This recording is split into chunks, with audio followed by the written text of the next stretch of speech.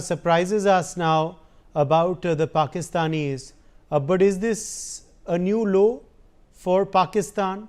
The fact that this request, even in emergency, like the one on board this Delhi Srinagar Indigo flight had, for it to be denied in the manner that it was? Absolutely. It was totally inhumane and against the established convention, as Air Marshal Kak just informed us, that for the last 50 years, uh, it is quite normal for civilian aircraft facing an emergency situation, um, even when airspace has been closed, to allow temporary entry into airspace so as to escape a catastrophic failure, engine failure, catastrophic failure, which would result in the loss of 227 passengers plus crew, of which I'm told there was 5 members of the Trinamool Congress on that flight. Um, Moreover, Pakistan should consider that the same thing can happen tomorrow to a Pakistani civilian aircraft. Because, as Marshal Kak explained, this is the time of the year when these thunderstorms are very severe and very sudden. 2 days ago, I remember there was absolutely no warning of a thunderstorm when Delhi was hit with a catastrophic hailstorm 2 days ago between 8 and 9 p.m. We had not received a yellow alert till 7 minutes before 8 p.m. on my phone from the meteorological department.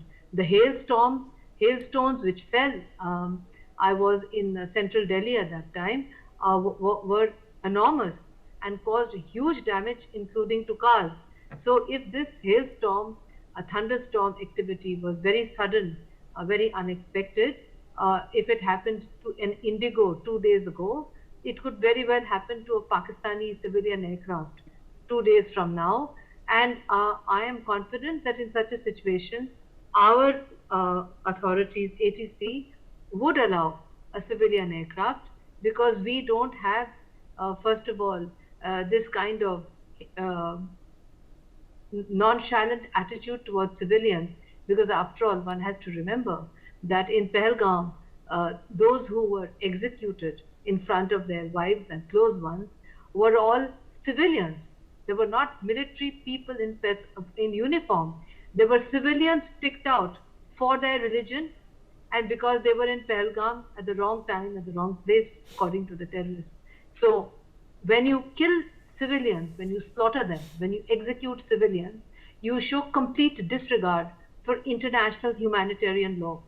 Similarly, in this incident, Pakistan has shown complete disregard for lives of civilians and for international humanitarian law. And let us also remember, Uday, that they also tried to use their own civilian aircraft as shields to prevent our air force from